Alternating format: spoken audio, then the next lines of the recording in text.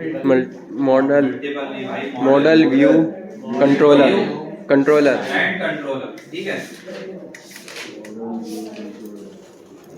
ये आपके पास तीन जो है वो अलग अलग फोल्डर्स होते हैं, ठीक है। अब MVC काम किस तरीके से करता है? MVC एक पैटर्न है, एक आर्किटेक्चर है जिसको फॉलो करके आपकी लारावेल चलती है, Node.js पे काम करती है, ठीक है।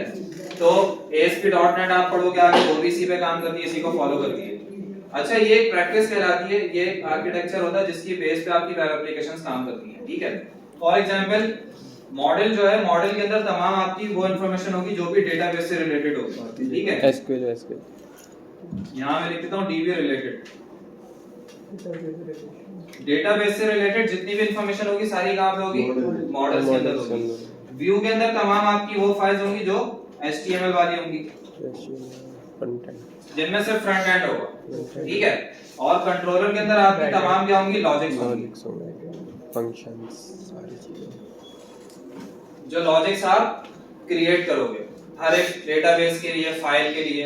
जैसे फॉर एग्जांपल आपके पास रिक्वेस्ट आई है कि आपको एक पेज दिखाना है, ठीक है। जैसे आप PHP के अंदर टैबुलर फॉर्म में डेटा दिखाते थे, तो वही रिक्वेस्ट आपके पास आई यूजर को व्यू करना है, यूजर की डिटेल्स को व्यू करना है। तो वो लॉजिक आपकी कहां डिफाइन हुई होगी? सारी कंट्रोलर के अंदर। लेकिन उसके साथ साथ कंट्रोलर के अंदर कौन आ रहा होगा? मॉडल कॉल हो रहा होगा साथ साथ, ठीक है। और उसी इन दोनों को कंबाइन करके जो रिजल्ट आएगा वो व्यू में आपको शो हो जाएगा, ठीक है। तो इस तरीके से ये पूरा पैटर्न चलता है। कंट्रोलर के अंदर सारे मेथड्स बने हुए होते हैं, मेथड्स मतलब फंक्शंस बने हुए होते हैं। एक क्लास होती है, उसके अंदर फंक्शंस होते हैं, ठीक है। क्लासेस और ऑब्जेक्ट्स आप लोगों ने जावास्क्रिप्ट में पढ़े थे, याद है किसी को? क्लासेस और ऑब्जेक्ट्स क्या होते हैं? क्लासिकल सर ऑब्जेक्ट जो है, ऑब्जेक्ट की वैल्यू के फॉर्म में उसमें आता है, सही। और जो क्लासिकल का क्लास क्या होती है? सर वो HTML वाली सुभान अल्लाह, जावास्क्रिप्ट में क्लास पढ़ी थी?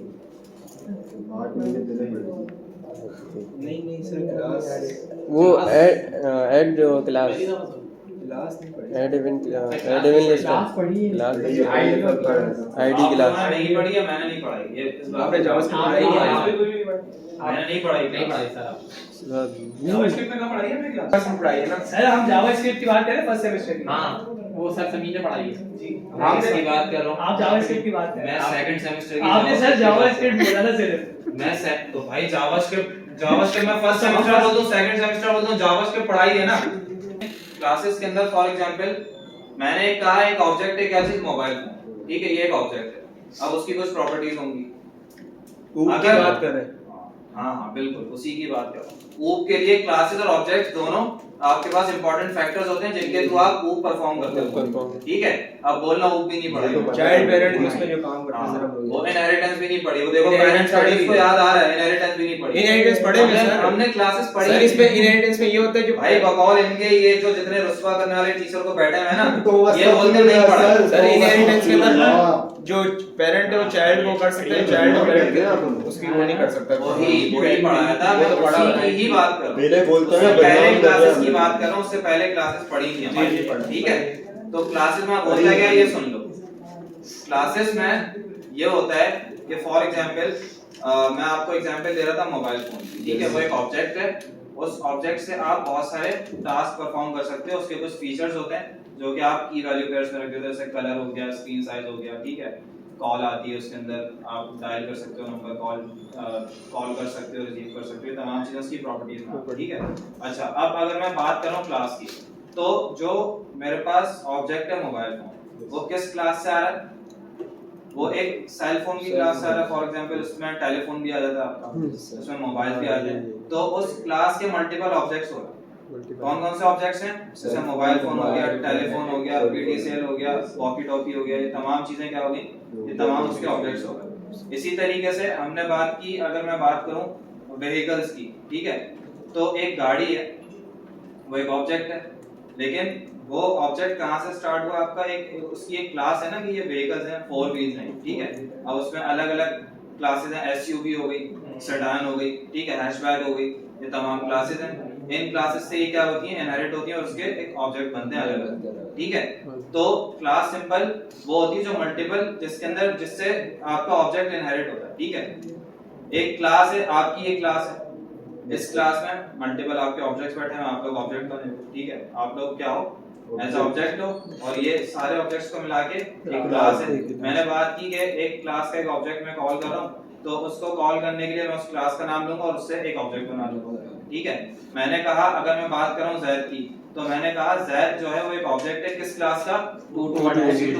सिंपल, क्लियर हो गई बात। तो ये क्लासेस और ऑब्जेक्ट्स का आपके पास क्या होता है, कॉन्सेप्ट होता है, ठीक है।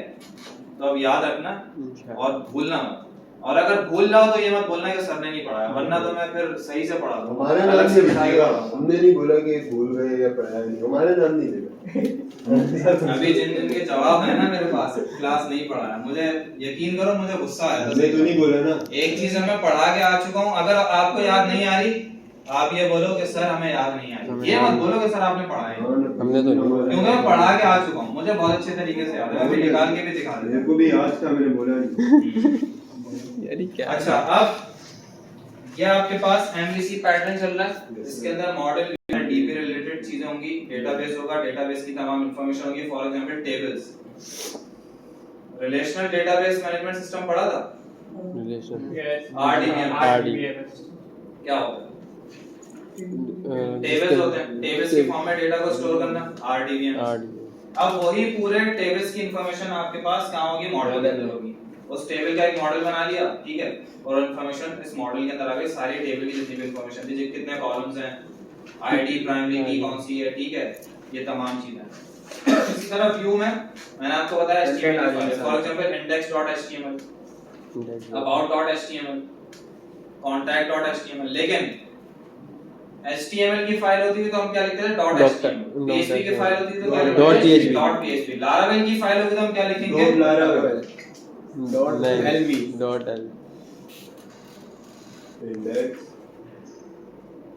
dot क्या लिखोगे, blade.php .blade.php, ये लिखना है आपने लाजमी। अब अगर आपकी index.php तो index.blade.php। about जो आपको बहुत सारे कंपोनेंट्स प्रोवाइड करता है, ठीक है, ये टेम्पलेट इंजन है। ब्लेड क्या है आपके पास, इंजन, टेम्पलेट इंजन है Laravel के अंदर, जो आपको बहुत सारी चीजें प्रोवाइड करता है, ठीक है। ये आपको प्री डिफाइन चीजें प्रोवाइड करता है, बहुत सारी कंपोनेंट्स प्रोवाइड करता है। ये आपके कोड को मजीद शॉर्ट कर देता है। आप PHP जब आप यूज करते थे कहीं भी, तो PHP के टैग्स लगाते थे, है ना, यस सर, ब्रैकेट लगाए, क्वेश्चन मार्क लगा के PHP लिखते थे, उसको क्लोज करते थे। यहाँ पे PHP लगाने का अलग तरीका, ठीक है। अच्छा, अब आपको प्री डिफाइन चाहिए तो आप उसके लिए अपने पास एक्सटेंशन कर लेना, VS कोड के अंदर हो सकता है, ये भी हो, क्योंकि Laravel पढ़ाई है मैंने प्रीवियस बैच को। वैसे आप इसको कर लेना, Laravel ब्लेड स्निपेट्स के नाम से एक्सटेंशन होगी VS कोड के अंदर।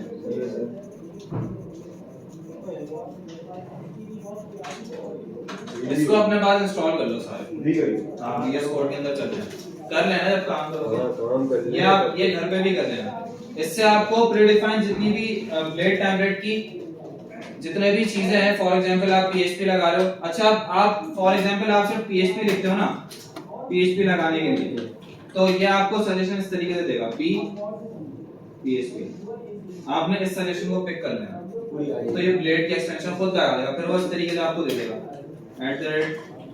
@PHP आप दिखाएंगे ना, समझ जाए। तो ये आपको बॉडी बना के दे देगा PHP, ये बॉडी है PHP, ये टैग है, ये ओपनिंग टैग है, क्लोजिंग टैग है Laravel के अंदर। वैसे आप क्या लिखते थे, आप यूं लिखते थे PHP और क्वेश्चन सर हमें याद है, याद, अच्छी बात, पढ़ रहे हो ना, रिवीजन कर रहे हो। अब तो रिवीजन खत्म ना हो, नहीं बाकी है, कितना करोगे, Laravel पढ़ लो सुकून से, वरना ये भी भूल जाओगे, ये यहाँ नहीं रहोगे, फिर तुम लोग वहीं रहोगे। आपको पक्का साहब भगाने की सोच, मैं भगा नहीं रहा हूँ, मैं सिर्फ आपको समझा रहा हूँ कि अब रिवीजन छोड़ दो, अब फायदा नहीं है।